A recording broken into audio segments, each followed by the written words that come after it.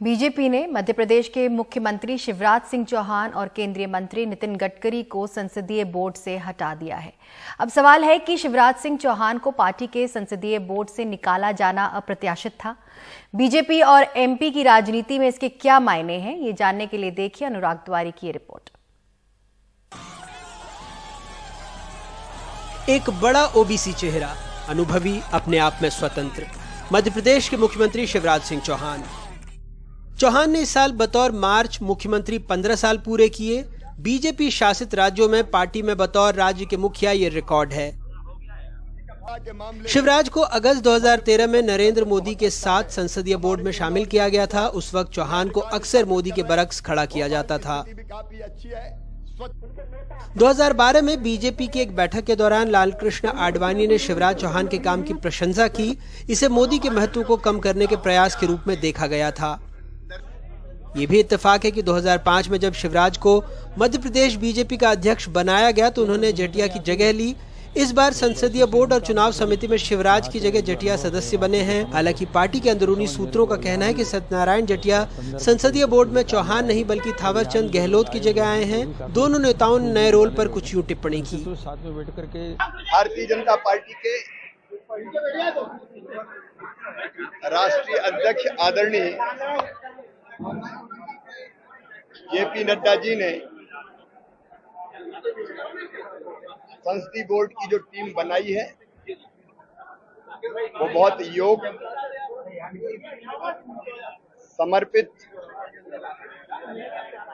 और विजनरी है और कई श्रेष्ठ कार्यकर्ताओं को नई टीम को भी सम्मिलित किया गया है।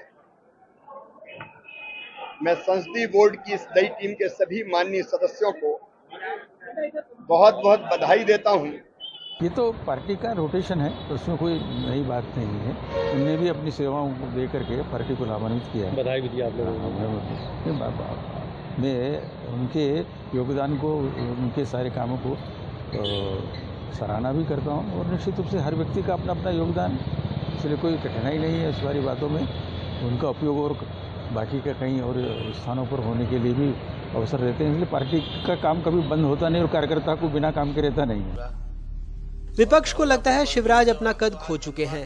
बीजेपी में मुख्यमंत्री पद के लिए दौड़ खुली है, लेकिन बीजेपी ने कांग्रेस की व्याख्या को नकार दिया है। समाचार तो आज धन्यवाद देते हैं प्रधानमंत्री मोदी को पहली बार कि कम से कम भ्रष्टाचार की के समाचार दिल्ली पहुंच रहे हैं, तो नरेंद्र मोदी ने उनको, मुख्यमंत्री जी को संसदीय बोर्ड और चुनाव समिति से हटा दिया। तो अभी भी हम कहना चाहते हैं शिवराज सिंह जी सुधर जाओ। संसदीय समिति में जो लिए गए लोग हैं वो सब सीनियर लोग हैं। अब की बार की थोड़ी टीम अलग ढंग से गठित हुई है, तो भारतीय जनता पार्टी किसी को निकालती नहीं है, लेती है। ये लेने की प्रक्रिया है, तो नए लोगों को लेना, सीनियर लोगों को लेना, ये उसकी प्रक्रिया है। 2024 के पहले ये सारा का सारा तंत्र का एक बार रिवाइज होना बहुत ज़रूरी था, इसलिए हुआ है। उसमें कहीं कोई और मुख्यमंत्री हो और माननीय शिवराज नहीं हो तो फिर शायद आप प्रश्न करें तो बेहतर। जब कोई नहीं है तो फिर शिवराज जी का वहाँ पे होना बिल्कुल इस बारे में चिंता का विषय नहीं है। ये कोई चिंता करने का विषय नहीं है। पार्टी अलग अलग दायित्व समय समय पर सबको देती रहती है और मुझे लगता है कि पूरा समय मध्य प्रदेश में उनका लगे, इस दिशा से शायद पार्टी ने विचार किया होगा। पूर्व केंद्रीय मंत्री सत्यनारायण जटिया संघ के करीबी हैं, 7 दफे सांसद रहे। उनके सहारे बीजेपी ने दलित कार्ड भी चला है। मध्य प्रदेश में अनुसूचित जाति के लिए 35 सीटें आरक्षित हैं। 84 में वो हार जीत तय कर सकते हैं। राज्य में लगभग 17% अनुसूचित जाति के वोट हैं।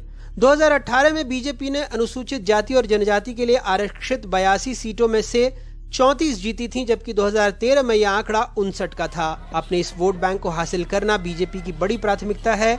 वहीं शिवराज सिंह वर्तमान में एकमात्र बीजेपी के मुख्यमंत्री हैं जो मोदी के पीएम बनने से पहले से सत्ता में हैं। बाकी मुख्यमंत्री मोदी और शाह के काल में कुर्सी पर बैठे हैं। एक तरह से राज्य में शिवराज का आधार मोदी और शाह से स्वतंत्र है, लेकिन 2019 में मामूली अंतर से चुनाव में मिली हार ने उनके कद को कुछ कम तो किया ही था। नए समीकरण में शिवराज का रास्ता थोड़ा मुश्किल तो है, क्योंकि उनकी छवि एक उदारवादी नेता के तौर पर रही है, लेकिन जानकार मानते हैं कि नई बीजेपी में ज्यादा वैधता हासिल करने के लिए अपने इस कार्यकाल में वो ज्यादा कट्टर हिंदुत्व की छवि का आवरण ओढ़ रहे हैं। भोपाल से कैमरा पर्सन रिजवान खान के साथ अनुराग तिवारी, एनडीटीवी इंडिया।